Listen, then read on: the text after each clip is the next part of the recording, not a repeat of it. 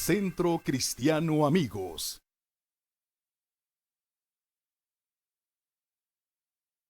Padre que pudo venir, me da mucho gusto verle. En verdad, esta es su casa, su iglesia, su familia. Y bueno, pues justo en el día de la Navidad, yo creo que se han levantado un montón de cuestionamientos, de críticas, inclusive sobre muchos cristianos que acostumbramos celebrar este acontecimiento. Si bien es cierto, no es la fecha correcta y no es la fecha exacta el nacimiento de Jesús, eso lo sabemos bien, ¿verdad? O sea, sabemos perfectamente que Jesús no nació en diciembre, pero no celebramos la fecha sino el acontecimiento, ¿verdad? No celebramos la fecha sino el evento. Entonces, como lo hemos enseñado en esta casa, la Navidad no es una agenda, no es una fecha en el calendario, sino un acto de amor voluntario. Yo quiero que usted lo diga conmigo: la Navidad no es una fecha en el calendario, sino un acto de amor voluntario. ¿Cuál fue ese acto de amor voluntario? Que Cristo, siendo Dios, siendo igual a Dios, dice la Biblia en Filipenses capítulo 2, no se aferró a su gloria, sino que se despojó a sí mismo y se hizo hombre para venir y nacer entre nosotros. Y hay un montón de cuestionamientos y hay un montón de ideas en torno a la Navidad. Y básicamente lo más terrible que estamos experimentando hoy en día como sociedad es que se están tratando de encargar de eliminar la palabra Navidad en nuestra sociedad. Y ahora, en lugar de decirte feliz Navidad, te dicen felices fiestas. Y sabes, tristemente la sociedad está abrazando estos conceptos. Está abrazando los conceptos y la idea de tener unas fiestas solamente, quitando el elemento importante, la razón del por qué celebramos Navidad. Y como lo hemos aprendido, como lo hemos enseñado aquí ya por mucho tiempo, cuando algo se celebra, se fortalece. Recuerda que también el pastor Ofir nos habló la semana pasada de esto. Esa es la razón por la cual, escucha bien, por la cual el pueblo de Israel pudo durar más de 2000 años. Es una de las razones por la cual Israel duró más de 2000 años sin una tierra, sin una nación donde pertenecer. Un pueblo que fue disperso por todo el mundo a partir del año 70 después de Jesucristo, con la conquista de Jerusalén por el general romano Tito. Dice la Biblia, o dice la historia, perdón, que a partir de ese tiempo los judíos salieron de Jerusalén, fueron esparcidos literalmente a todo el mundo. Sin embargo, esta cultura nunca perdió su identidad. ¿Qué fue lo que nunca perdió? Porque siempre estaban celebrando algo. Y el celebrar su cultura, el celebrar su identidad, a pesar de no tener una tierra física, a pesar de no tener una nación, esto los hizo permanecer como cultura, como nación en todo el mundo. Por eso es importante celebrar las cosas importantes, porque lo que se celebra se fortalece. Y entonces hay muchos cristianos, tristemente, muchos hijos de Dios que su principal enfoque prácticamente hasta son como tipo Grinch, ¿verdad? Ellos no quieren celebrar nada, ellos están en contra de celebrar la Navidad. Y cómo es posible que se mezclen cuestiones paganas, el árbol, las esferas, y bueno, todo ese rollo que sabemos que si bien es cierto, si es una mezcla, ya hay un sincretismo ahí entre paganismo y cristianismo. Pero el hecho es amados, el hecho es que Cristo sí nació. Jesucristo nació en Belén, y como consecuencia de eso, ahora toda la humanidad puede disfrutar del regalo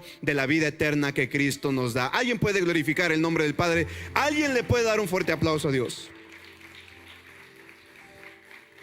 ¿En dónde encontramos la verdadera historia de la Navidad? Pues obviamente que en la Biblia. Y hoy quiero hablarte precisamente a propósito de la Navidad. Quiero hablarte de la Navidad según la Biblia, no según tus padres, no según las tradiciones, no según lo que te enseñaron en el colegio. No, o sea, espérame, Santa Claus no tiene nada que ver con la Navidad. Ese fue otro invento, ¿verdad?, de los nórdicos y de por allá por el norte. Y los Reyes Magos, déjame decirte, no eran 3, eran un puño, ¿verdad? Y tampoco la Biblia habla de que tenían nombres: Melchor, Gaspar y Baltasar. Yo sé que este día le voy a ponchar su globito a 2 que 3, ¿verdad? Pobrecitos, porque seguían pensando y creyendo que los Reyes Magos les traían sus regalos. y que Santa Claus, ¿verdad?, vestido de rojo venía. ¿Tú crees que un gordo de ese tamaño puede entrar por una chimenea, hombre? ¿Cómo pueden creer en Santa Claus si no creen en Jesucristo? Es impresionante, ¿verdad? Pero bueno, vamos a ver la historia de la Navidad según la Biblia. Y quiero como que retomar un poco la idea y los conceptos que el pastor Ofir nos compartió el domingo pasado. Y quiero retomar un poquito, obviamente sin añadirle nada a la exégesis tremenda que nos dio el apóstol Ofir, pero quiero enseñarte algo importante este día. Acompáñame con Mateo capítulo 2 versos 1 al 12. Vamos a leer rápidamente, sígueme con la mirada, sígueme con la vista. Mateo capítulo 2 versos 1 al 12, Nueva Traducción Viviente. Dice la palabra de Dios: Jesús nació en Belén de Judea durante el reinado de Herodes. Por ese tiempo algunos sabios de países del oriente llegaron a Jerusalén y preguntaron: ¿dónde está el rey de los judíos que acaba de nacer? Mira lo que dicen estos sabios de oriente. No dicen: ¿dónde está el niño Dios? Ellos reconocen a Jesús como el rey de los judíos que acaba de nacer. Vimos su estrella mientras salía y hemos venido a adorarlo. Lo reconocían como Dios y como rey. Cuando el rey Herodes oyó eso, obviamente se puso muy nervioso, ¿verdad? Se perturbó profundamente, igual que todos en Jerusalén. Mandó llamar a los principales sacerdotes y maestros de la ley religiosa y les preguntó: ¿dónde se supone que nacerá el Mesías? En Belén de Judea, le dijeron, porque eso es lo que escribió el profeta. Y tú, oh Belén, en la tierra de Judá, no eres el menor entre las ciudades reinantes de Judá, porque de ti saldrá un gobernante que será el pastor de mi pueblo Israel. Luego Herodes convocó a los sabios a una reunión privada y por medio de ellos se enteró del momento en el que había aparecido la estrella por primera vez. Entonces les dijo: vayan a Belén y busquen al niño. Fíjate bien, el rey Herodes no dice: vayan a Belén y busquen al rey. Él dice: vayan a Belén y busquen ¿a quién? Porque no lo reconocía como el rey, ¿te das cuenta? Sino simplemente vayan a Belén y busquen al niño con esmero. Cuando lo encuentren, vuelvan y díganme dónde está, para que yo también vaya y lo adore. Yo te pregunto, para ti, ¿quién es Jesús? ¿Es el niño que ha nacido o el rey que ha venido para salvar tu vida? ¿Quién es Jesús para ti? ¿Es un niño que nació? O sea, ¿estamos celebrando la fiesta de un niño más judío? No, estamos celebrando el acontecimiento más importante. Estamos celebrando que el Rey de Reyes, el Señor de Señores, se hizo carne para vivir y nacer y morir entre nosotros. ¿Cuántos dicen amén a esto? Cuando lo encuentren, vuelvan y díganme dónde está, para que yo también vaya y lo adore. Después de esa reunión, los sabios siguieron su camino y la estrella que habían visto en el oriente los guió hasta Belén. Iba delante de ellos y se detuvo sobre el lugar donde estaba el niño. Cuando vieron la estrella, se llenaron de alegría. Entraron en la casa y vieron al niño con su madre María y se inclinaron y lo adoraron. Luego abrieron sus cofres de tesoros y le dieron regalos de oro, incienso y mirra. Cuando llegó el momento de irse, volvieron a su tierra por otro camino, ya que Dios les advirtió en un sueño que no regresaran a Herodes. Ahora acompáñame por favor a Lucas, Evangelio de Lucas. Y ahorita te voy a explicar por qué en estos dos evangelios está narrada, descrita el nacimiento de nuestro Señor Jesucristo desde dos perspectivas diferentes. ¿Estás listo?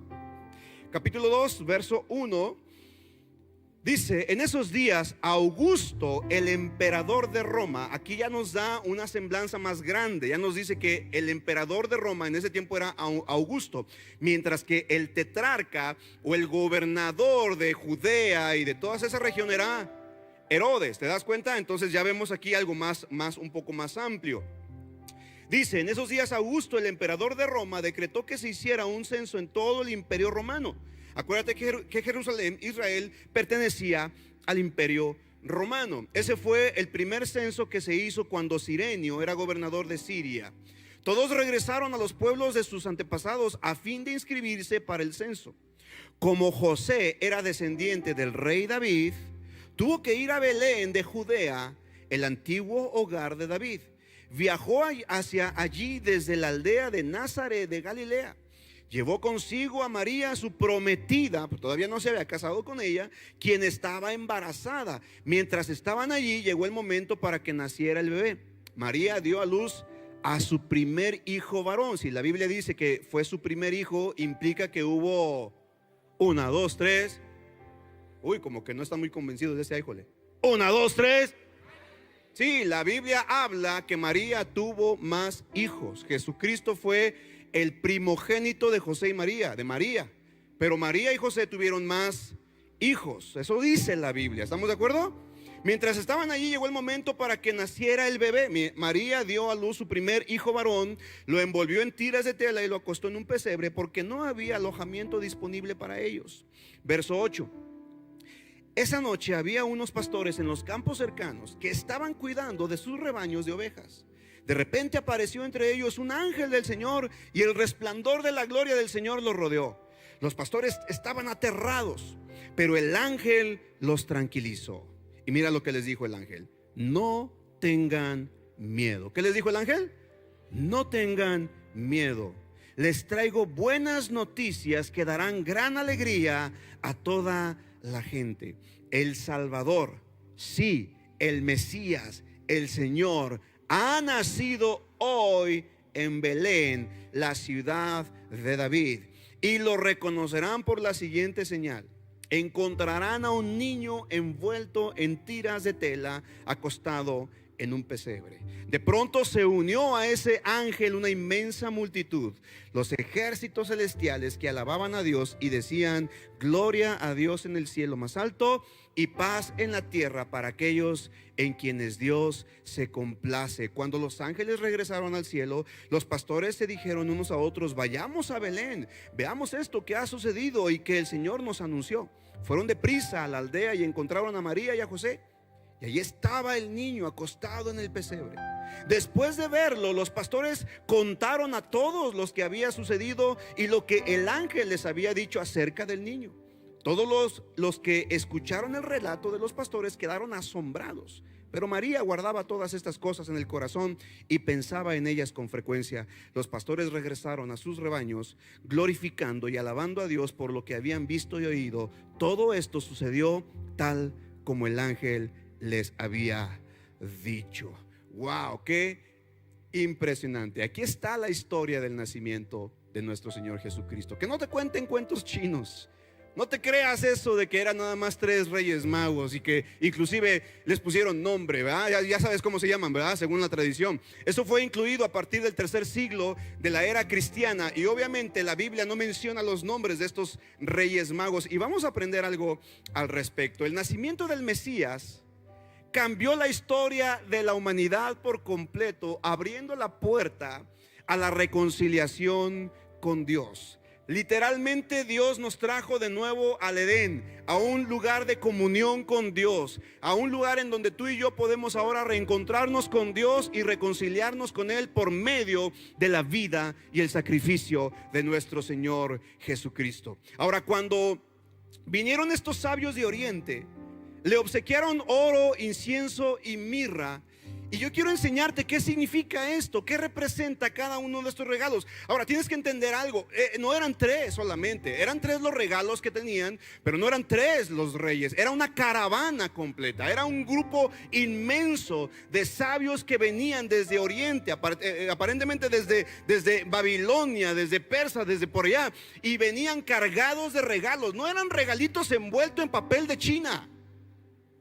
No, era una caravana tan grande que llamó la atención de Herodes. O sea, imagínate que de pronto pase por aquí una caravana grande, llama la atención de cualquiera, ¿cierto o no? Que vayan 3 chicharitos caminando por ahí, pues que no te dicen nada. A lo mejor van al Oxxo a comprar un café. Pero era una caravana enorme, grande, tan grande que llamó la atención de Herodes. Y entonces estos sabios de Oriente traían regalos para el rey que había nacido. Dice la Biblia que estos regalos eran oro, incienso y mirra. Y cada uno de estos regalos tiene un simbolismo o un significado profético en la vida de Jesús. Cada uno de estos elementos representa algo en la vida de Jesús. Ahora, la estrategia de Dios siempre es la correcta. ¿Cuántos saben que Dios es experto, estratega? ¿Sabes? si juegas ajedrez con Dios, vas a perder. Dios es el mejor ajedrecista. Tal vez Él no mueva tu pieza, pero Él moverá las suyas de tal modo que te obligará a ti a dar el siguiente paso. No sé si me estoy explicando. Él mueve sus piezas de este lado del tablero, obligándote a ti a mover la tuya. Él ya sabe la siguiente jugada que vas a hacer. Y sabes, Dios planeó todo esto de una manera milimétrica. La estrategia de Dios siempre es la correcta. Escucha esto, ponme atención por favor. El Evangelio de Mateo, que fue el primer evangelio que leímos ahorita, Mateo capítulo 2. Este evangelio especialmente está dirigido al pueblo judío. ¿Sabías esto? El evangelio de Mateo está dirigido a los judíos. Y es por ello que llama la atención de que a ellos, a través de los gentiles, los sabios de Oriente o los reyes magos, se ve aquí plasmada en esta historia en los evangelios o en el evangelio de Mateo dirigido a los judíos. Del modo opuesto, el evangelio de Lucas, que fue el discípulo del apóstol Pablo, está especialmente dirigido a los gentiles, a los que no son judíos. Y en este hallamos que se nos anuncia el nacimiento del Señor a través de los pastores de Israel. Fíjate entonces cómo, mientras que en el evangelio de Mateo se anuncia el nacimiento de Jesús por medio de una estrella, señales en el cielo, y en el evangelio de Lucas se anuncia el nacimiento de Jesús por medio de un acontecimiento sobrenatural. Oye, imagínate, estás en la ladera, estás pastoreando tus ovejas y de pronto aparece un ángel. Oye, yo no sé, pero ese día yo procuraría llevar pañal. No sé si me estoy explicando. Entonces, mientras en un evangelio las cosas fueron muy científicas, como muy extraordinarias, señales en el cielo, en otro evangelio fueron muy sobrenaturales. En un evangelio la presentación y el anunciamiento del nacimiento de Cristo fue algo extraordinariamente científico. Una estrella que aparece y va guiando hacia el lugar del nacimiento preciso del Mesías. Mientras que en otro evangelio se abre el cielo, aparece un ángel, y después de que le da el anuncio se abre el cielo y aparece una hueste celestial de ángeles, un coro hermoso, prácticamente como el del domingo pasado aquí. Oye, ¿cuántos se emocionaron con el coro del domingo pasado? Se ponía la piel chinita. Ahora imagínate este coro de ángeles. Imagínate las voces de Gigi a la 1000 potencia. O sea, ¿cierto o no? Y dice la Biblia que entonces fueron de dos maneras diferentes. Se presenta el nacimiento de Cristo desde dos perspectivas diferentes. Desde la perspectiva de la lógica y el razonamiento científico y la perspectiva espiritual y sobrenatural. ¿Te acuerdas que nos hablaron de los dos hemisferios? El hemisferio izquierdo y el hemisferio derecho de nuestro cerebro. Pues esto es ciertísimo, amados, porque Cristo vino a resolver la historia de la humanidad. Y no solamente de una manera lógica, pero también de una manera espiritual. No solamente se presenta con evidencias físicas tangibles, pero también se presenta con evidencias espirituales sobrenaturales. Así que ya sea que seas una persona muy intelectual o una persona muy espiritual, déjame decirte algo: Cristo tiene para los dos. Cristo tiene para ti, y Jesucristo puede ser la solución para tu vida. Alguien que glorifique el nombre del Padre por esto. Vamos, exáltale. La palabra nos anuncia que los judíos piden señales y los griegos buscan sabiduría. 1 Corintios 1:22. Esto dice, y es lo que encontramos aquí. Los judíos buscan señales y los gentiles piden sabiduría. Por ellos el Señor les habla a cada uno en su contexto espiritual. Las señales de la aparición del ángel es una señal a los gentiles, pero la señal de la estrella es una aparición a los judíos. Ahora, ¿quiénes son estos reyes magos? Vámonos rápidamente. Los reyes magos han sido entendidos por muchos como magos practicantes de magia, pero en realidad son llamados así por varias razones. En primer lugar, su procedencia es la tierra de medos y persas. Son medo-persas, son babilónicos. Los magi que es el plural de magus o magoi, es la palabra correcta, significa simplemente hombre sabio. ¿Qué significa? O sea, no tiene nada que ver con magia, no tiene nada que ver con ocultismo, no tiene nada que ver con hechicería. Tiene que ver con personas sabias, personas inteligentes, personas que buscaban el conocimiento. Por otra parte, si recordamos a Daniel, ¿cuántos han leído el libro de Daniel? Dice la Biblia que Daniel fue el jefe de los sabios en el reino de Nabucodonosor. Había tal unción del Espíritu Santo sobre Daniel que el rey Nabucodonosor lo puso a cargo de todos los sabios de su imperio. ¿Me sigues? ¿Por qué? Porque Daniel tenía una sabiduría superior, que es la sabiduría que da el Espíritu Santo. ¿Cuántos dan gloria a Dios por eso? Entonces, a eso se refieren a personas con una capacidad de estudio, de análisis, de inteligencia asombrosas.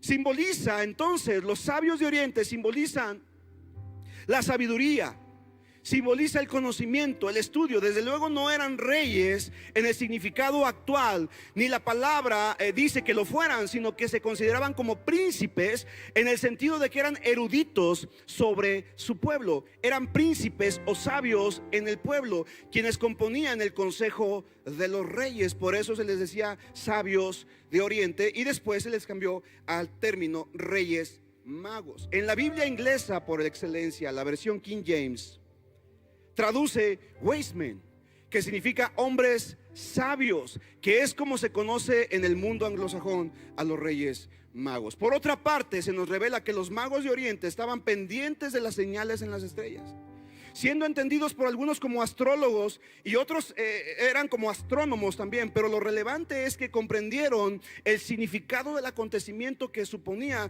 Los diferentes científicos identificaban como el nacimiento del Mesías. Fueron estos sabios de Oriente los que pudieron descifrar que esa estrella significaba el acontecimiento del nacimiento del Mesías. O sea, que tenían conocimiento de la palabra de Dios, tenían conocimiento de la Torah.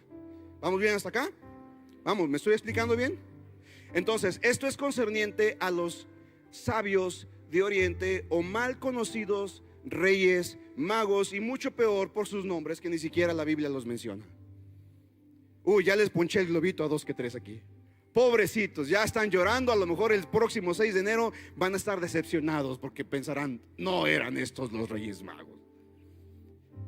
Del mismo modo leemos en el Evangelio de Lucas que es a los pastores de Belén a quienes se les manifiesta el ángel para anunciarles el nacimiento, los cuales eran israelitas, estos eran judíos, representando al pueblo judío, ya que el Sanedrín se le había avisado junto con Herodes que había nacido el rey de los judíos, y ambos, Herodes como el Sanedrín, fueron enemigos del Mesías desde un principio.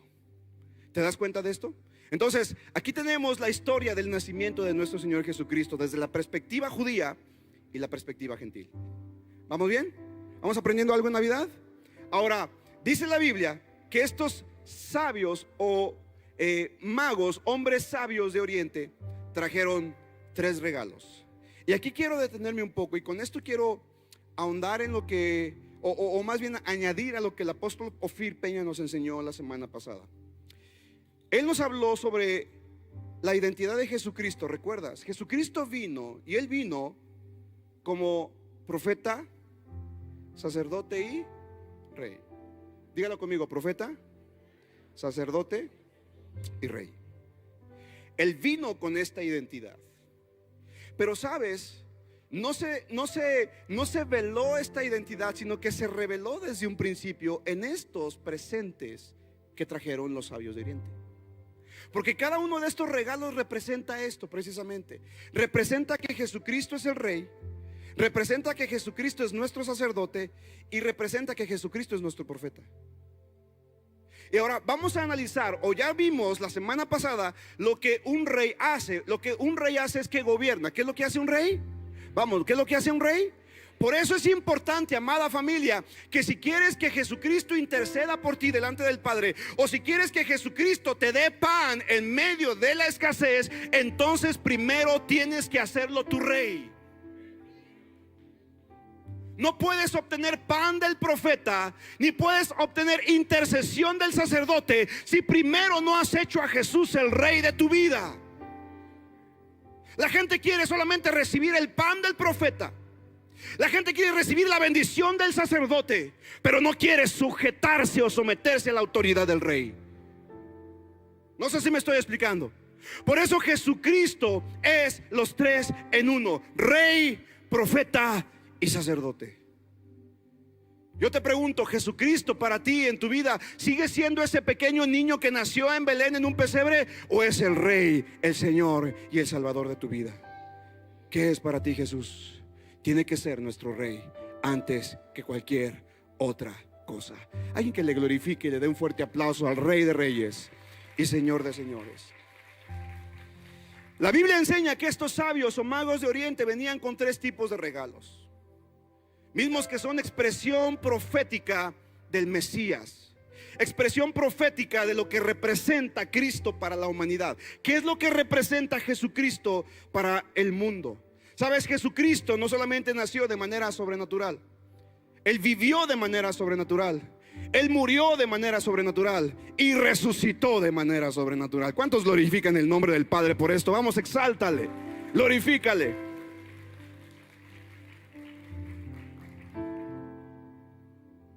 Estos no eran regalitos que llevaron envueltos en papel de China o papel de regalo.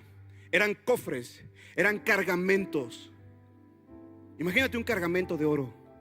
Wow, ¿a cuántos le caería bien un cargamento de oro ahorita? Señor, danos uno para comprar los terrenos de al lado. ¿Cuántos quieren un cargamento de eso? De eso. Ahora de incienso, imagínate, de mirra. Eran regalos extraordinarios. Número uno, lo primero que le traen fue oro. El oro representa la pureza. ¿Qué representa el oro? El oro representa la realeza. ¿Qué representa el oro? Y representa reino. ¿Qué representa el oro? Reino. Con esto entonces, estos sabios de Oriente, al traerle oro a Jesús, lo estaban reconociendo como rey con un reino, como rey que tiene un reino de reyes y sacerdotes, como un rey que vendría a establecer su reino con un nuevo código, con una nueva ética, con una nueva cultura. Señoras y señores, los hijos de Dios pertenecemos al reino de los cielos y no nos sujetamos a la cultura de este mundo. A lo mejor la cultura de este mundo dice hay COVID, la cultura de este mundo dice hay escasez, la cultura de este mundo dice hay necesidad, pero tú y yo dependemos de la cultura del reino de los cielos, y el reino de los cielos nunca está en crisis. Señoras y señores, Dios no está en crisis. Hay abundancia, hay provisión, hay bendición para toda la humanidad. Oh, vamos, dáselo fuerte al Rey. Por eso Cristo vino a la tierra, vino trayendo su reino consigo. Él jamás vino predicando religión. Él trajo un reino, el reino de los cielos. ¿Cuántos dicen amén a eso? ¿Cuántos pertenecen a ese reino? Tú y yo entonces pertenecemos a una cultura diferente, a un reino diferente. Con esto se estaba profetizando que Jesucristo es el legítimo rey del universo. Con esto los sabios de Oriente estaban reconociendo a Jesús como el rey que vendría al mundo para gobernar con justicia y equidad. ¿Cuántos creen que este mundo necesita justicia y equidad? ¿Sabes una cosa? Mientras más creyentes en Cristo haya en la sociedad, más justicia y equidad habrá en el mundo. ¿Estamos seguros de eso, verdad que sí? Porque Cristo Jesús trae un reino de justicia, paz y gozo en el Espíritu. Quiero que lo digan conmigo: justicia, paz y gozo en el Espíritu. Ese es el reino de los cielos, es el reino de Jesucristo. Justicia, paz y gozo en el Espíritu. ¿Cómo tienes que vivir tú en este reino? Con justicia, con paz y gozo en el Espíritu. ¿Cuál tiene que ser tu estilo de vida como hijo de Dios? Un estilo de vida con justicia, paz y gozo en tu espíritu. Esto es evidencia de que estás en el reino de Dios. No es que tengas un carro último modelo, déjame decirte. No es que estés viviendo acá por andares y en una zona bien nice. Digo, qué bueno que vives ahí, pero eso no significa que seas hijo de Dios. Hijo de Dios se representa porque en tu vida hay justicia, hay paz y hay gozo en el Espíritu. Hijo de Dios es aquel que camina en integridad sabiendo que la justicia, la paz y el gozo del Espíritu Santo gobiernan su mente y su corazón. No importa cuánto dinero tengas en la cartera, importa cuánto Espíritu Santo hay manifiesto en tu corazón, para que entonces puedas vivir la justicia, paz y gozo en el Espíritu. Uy, yo me estoy emocionando. Entonces, lo primero que traen los reyes o los sabios de Oriente es oro, y esto significa que Jesucristo es el Rey del universo. Digan conmigo: Jesucristo es el Rey. Quiero que digas conmigo: Jesucristo es mi Rey. Primera de Timoteo 1:17 dice: por tanto, al Rey de los siglos, al inmortal, al único y sabio Dios, sea la gloria, la honra, el poder y la majestad por todos los siglos. Él es el único que merece la gloria, la honra, el poder y la majestad por todos los siglos, porque Él es el Rey de reyes y Señor de señores. Jesucristo es el Rey. Los sabios lo identificaron. Por eso llegaron y dijeron: ¿dónde está el Rey de los judíos que ha nacido? No dijeron: ¿dónde está el niñito Dios? Sabes, para mucha gente Jesucristo sigue siendo el niñito Dios. Jesús no es el niñito Dios. Te poncho tu globito. Él no se quedó chiquito ahí en el pesebre. Él murió a la edad de 33 años y humanamente hablando se quedó con esos años. Asústate conmigo: 1, 2, 3. Sí, cuando lo veamos lo vamos a ver jovenazo de 33 años.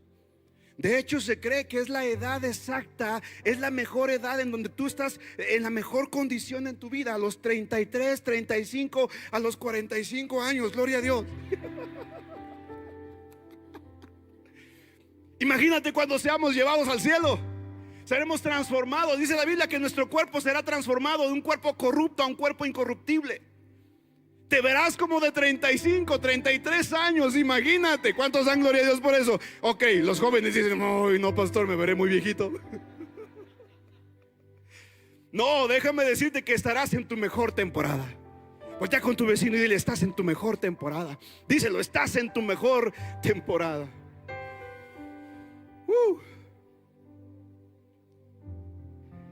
Incienso. ¿Qué representa el incienso? Yo te dije que no quería ahondar a lo que el apóstol Ofir nos enseñó, pero es parte importante también. Es como ligar la prédica de la semana pasada. Incienso. El incienso hallaba su excelso uso en la composición del aceite santo para ungir y consagrar a los sacerdotes y levitas. El incienso era utilizado, de hecho lo acabamos de cantar hace un momento, ¿verdad? Día y noche, ¿qué dice ahí? Día y noche, ¿qué? El incienso como representando la oración y la adoración de los santos. De hecho, escúchame bien, en el templo de Dios, en el diseño del templo tenía que haber un incensario en donde todo el tiempo estaba encendido, porque eso representaba la oración, el servicio, la adoración del pueblo hacia Dios. Pero te tengo noticias, escúchame bien. El único que podía encenderlo y ofrecerlo, ¿quién crees que era? Vamos, ¿quién crees que era? El sacerdote. Era el único, nadie más podía hacerlo. El sacerdote tenía que ofrecer incienso santo delante de Dios. ¿Por qué? Porque el sacerdote, una de las funciones, si no es que la más importante, digan conmigo, la más importante función del sacerdote era, escucha,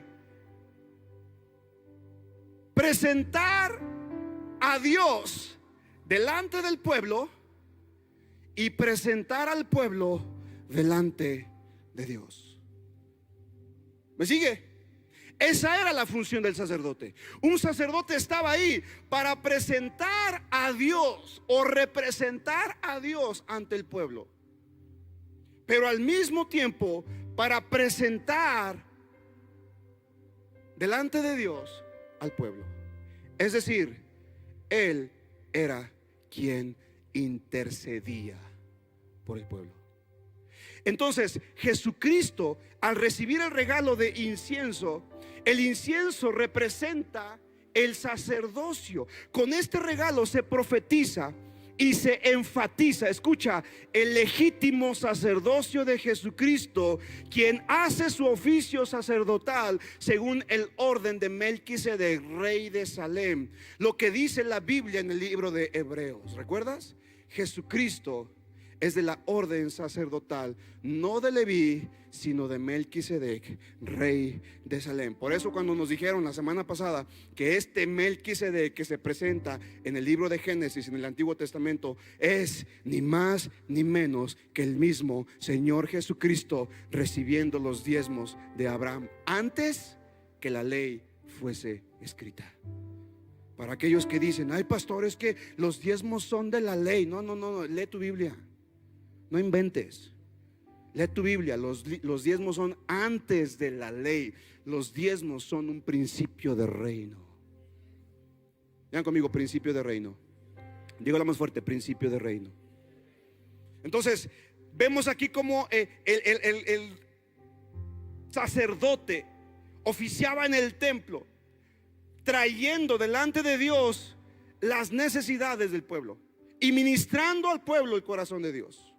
Entonces Jesucristo ahora se ha convertido en nuestro sumo sacerdote. ¿Sabes? No hay otro intercesor, no hay nadie más, no hay un segundo, un tercero, ni siquiera María, te poncho tu globo. No, la Biblia dice que solamente Jesucristo, Él es el único que intercede delante del Padre por ti y por mí. Es lo que hace todo el tiempo. ¿Sabes lo que está haciendo Jesucristo en este momento? A lo mejor de pronto ve por ahí a una persona y dice: el diablo está viendo a Chino y le dice a Dios: Señor, ¿ya viste al Chino? ¿Ya viste cómo le contestó bien feo a Jael? Y dice que es su líder. Y ve, ¿ya viste? Le habló bien feo a su esposa. Y Jesucristo dice: sí, Señor, es cierto, el Chino todavía anda en la carne, pero él me reconoce a mí como Señor y Salvador. Yo di mi vida por él, así que yo doy la cara por él. Yo lo represento, yo lo defiendo delante de las acusaciones del diablo. Vamos, dáselo fuerte al Rey. ¿Cuántos necesitan ese tipo de abogado y de intercesor en el cielo? ¿Qué es lo que hace Jesucristo actualmente? ¿Sabes? Jesucristo no está ahí sentado de brazos cruzados viendo a la humanidad cómo se despedaza. No, Jesucristo está intercediendo por los suyos. El diablo viene y te acusa, ¿sabías eso? Él es el acusador de los hermanos. Él viene y dice a Dios: ¿ya viste, Dios? ¿Ya viste a Sandy? ¿Ya viste a Mayra? ¿Ya viste a Carlos cómo se portan? Y Dios dice: efectivamente se portan muy mal. Pero Jesucristo dice: hey, Señor, pero recuerda que yo derramé mi sangre en la cruz del Calvario para que ellos ahora sean lavados y comprados con mi preciosa sangre. Oh, vamos, dáselo fuerte al Rey. Escúchame, cada vez que Dios te mira a ti, Dios mira a Jesucristo en ti. Estás cubierto con la sangre del Cordero. Ay, gloria al Padre. Y eso es lo que hace Jesucristo actualmente. Él no está sentado sacándose la borrita del ombligo. No, Él está intercediendo. Y vaya que le damos mucho trabajo. ¿Cuántos le dan trabajo al Señor? A ver, levanten su mano. Uy, y los que no levantaron su mano, mentirosos, levanten las dos. ¿Verdad que sí? Jesucristo está intercediendo por ti, Martín. Está intercediendo por ti, profe. Martín, Jael, intercede por nosotros. Es lo que está haciendo. ¿Y sabes por qué lo hace? Porque Él es el sumo pontífice. Él es el máximo puente. Él es el único intermediario, el único intercesor entre Dios y los hombres. Vamos, glorifícale fuerte. Exáltale con un fuerte aplauso. Entonces ya tenemos lo segundo, ¿verdad? Número uno, el oro representa ¿qué? Rey. Jesucristo es el ¿qué? El Rey del universo, el Rey de la creación. Número dos, el incienso representa ¿qué? El sacerdocio. Entonces Jesucristo es nuestro sumo, quien intercede por nosotros día y noche delante del Padre. Tú puedes dormir tranquilo, puedes estar seguro sabiendo que Cristo intercede por ti todos los días. Alguien glorifica el nombre del Padre. Ahora, eso no significa que sigas portándote mal, No. No significa, pues, que al cabo que intercede por mí me voy a portar mal. No, No. Digo conmigo, no. Voltea con tu vecino y dile, esto no es permiso para pecar. No. La Biblia dice, hijitos míos, estas cosas os escribo para que no, pero si alguno hubiere pecado, abogado, sacerdote, intercesor tenemos para con el Padre, a Jesucristo el justo. Él intercede por ti y por mí. Vamos, exáltale con un fuerte aplauso al Rey. Y número 3, ya para terminar, la mirra. La mirra es símbolo, escucha, de amargura. La mirra es símbolo de purificación. La mirra viene de la palabra griega smirna, que significa amargura. Y no sé si recuerdas, pero Esmirna era el nombre de la segunda iglesia de Apocalipsis, capítulo 2, versos 8 al 11. Y Juan, el apóstol Juan, a través de revelación de Cristo, exhorta a la iglesia en Esmirna a permanecer en la fe, aún en medio del padecimiento, aún en medio de la prueba, aún en medio de la tribulación. Y dice, a cuyos vencedores se les librará de la segunda muerte. La mirra, entonces, escúchame, representa el dolor, el sufrimiento, la tristeza, la amargura, la escasez. La mirra representa todo lo malo que el ser humano puede experimentar. Es de color, escucha, es de color rojizo. Y esta mirra se da especialmente en el norte de África, parte de Arabia, en un árbol que produce esta como tipo resina. Y si tú la pruebas es amarga. Y tenía muchos usos en la antigüedad. Pero sabes, escucha esto, la mirra representa el ministerio profético. ¿Por qué? Porque si tú analizas a los profetas del Antiguo Testamento y a Jesucristo como profeta, tú lo puedes leer, por ejemplo, en Lucas capítulo 7. En Mateo también hablamos y vemos cuando Cristo hizo milagros, cuando Cristo resucitó al hijo de una viuda.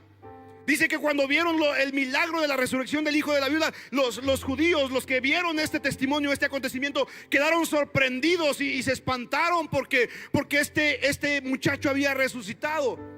Y alguien dijo, al parecer tenemos un profeta en el pueblo. ¿Sabes por qué? Porque los profetas en el Antiguo Testamento eran los que se dedicaban a traer respuestas a la sociedad. ¿Te acuerdas del profeta Elías? Cómo él fue a la casa de una viuda y él, con el hecho de estar ahí, la bendijo y pudo darle de comer a sus hijos. O el profeta Eliseo, ¿te acuerdas? La viuda de Sarepta. Había escasez, había hambre, había falta de pan. Y cuando llegó el profeta Eliseo, le dice a la viuda, ¿qué estás haciendo? Y la viuda dice, bueno, estoy juntando leña para ir a mi casa y preparar la última torta cocida en leña para mí, para mi hijo, y después nos vamos a dejar morir. Porque había mucha escasez, había necesidad. ¿Y qué fue lo que dijo el profeta? El profeta le dijo, bueno, ve como has dicho, ve y prepara la torta. Le pones aguacate, unas rebanadas de jamón, su cebollita y chile jalapeño para que amarre.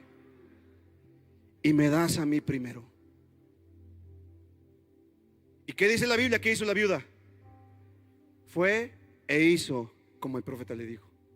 Y dice la Biblia que la viuda le dio al profeta, y en la casa de la viuda jamás escaseó el pan. ¿Sabes lo que hace un profeta?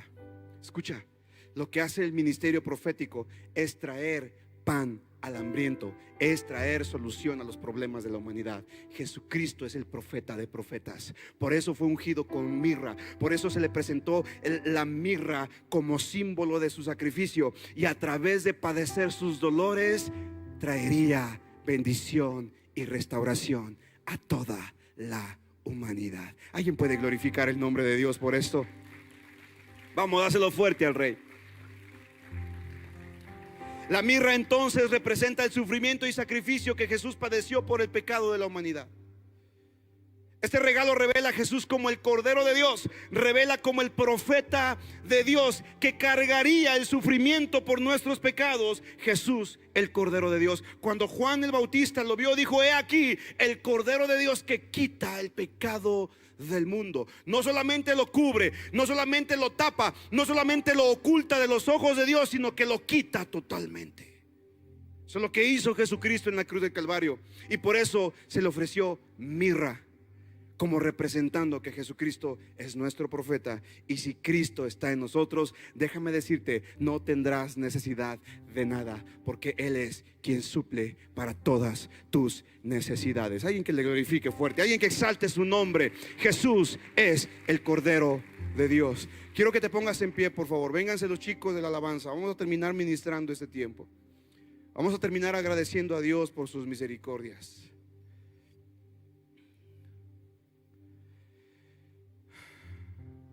Estos tres presentes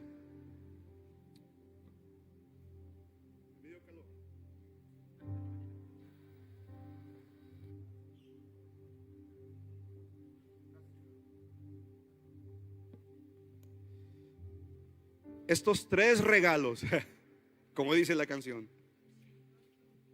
anuncian la identidad de nuestro Cristo. Dios planeó y Dios preparó que Cristo fuera el Rey del universo, el sumo sacerdote y el Cordero de Dios que quitaría el pecado, el profeta que traería pan y agua y saciaría la necesidad más profunda del corazón humano. ¿Sabes una cosa? No sé si me estás viendo por internet en este momento o los que están aquí. Probablemente tú dices: ¿sabes, Omar? Yo tengo tanta necesidad de amor, o tengo tanta necesidad de comprensión, o tengo tanta necesidad de esto. Yo no sé cuál sea tu necesidad, pero para que cualquiera de tus necesidades sean suplidas, primero tienes que hacer a Jesucristo tu Rey. Él quiere ser el Rey de tu vida. La gente quiere el beneficio de las necesidades suplidas. La gente quiere el beneficio de la intercesión, pero no quiere el compromiso de la realeza. No quiere el compromiso de entregar su vida a Cristo. Pero hoy que Cristo nació, que estamos celebrando el nacimiento de Cristo, no es la fecha, ya lo sabemos. Y ahí los haters y la gente que escribe: ¿cómo es posible que celebre Navidad 25? Es el solsticio de invierno y que no sé. Déjate de rollos. No te azotes que hay chayotes. Estamos celebrando no una fecha, sino un acontecimiento. El acontecimiento que marcó la historia de la humanidad. Que os ha nacido hoy, dice la Biblia, un Salvador. Y estas son las buenas nuevas, que si tú le abres tu corazón a este Rey que vino, entonces tú podrás recibir de Jesús salvación y vida eterna. Yo no sé cuántos ya hicieron a Cristo su Rey y Señor. No sé si en internet los que nos están viendo ya le abrieron su corazón y ya Jesucristo nació en el pesebre de tu corazón. Hace 2000 años nació en un pesebre. Ahí fue puesto en ese pesebre porque no fue encontrado un lugar en un mesón. Como acabamos de leer las escrituras, el emperador Augusto había convocado a un censo, de tal modo que las ciudades estaban llenas. Estaba peor que Guadalajara cuando se hace la expo. Peor, no había dónde. Y acuérdate que en ese tiempo no había sistema de hoteles. Airbnb todavía no se había inventado. Había mesones solamente. Y dice la Biblia que no encontraron ningún lugar en ningún mesón. Hey, que no sea tu caso, y que Cristo encuentre hoy un lugar en el mesón de tu corazón. Quiero que todos cierren sus ojos aquí. Los que nos están viendo por internet, obviamente si vas manejando no cierres tus ojos, por favor, por piedad. Pero si nos estás escuchando, nos estás viendo y quieres nacer de nuevo, y quieres hacer de Jesús tu Rey, tu sacerdote y tu profeta, haz esta oración conmigo. Quiero que digas: Señor Jesús, te abro mi corazón para que entres en él y seas mi Señor y mi Salvador por la eternidad. Renuncio a mis pecados, renuncio a mi antigua manera de vivir y te acepto a ti como mi único y suficiente Salvador. Entra en el pesebre de mi corazón. Te hago mi Señor mi Rey, mi sacerdote y mi profeta, desde ahora y para siempre, en Cristo Jesús. Amén, amén, amén. Wow, podemos dar un fuerte aplauso a Dios por esto.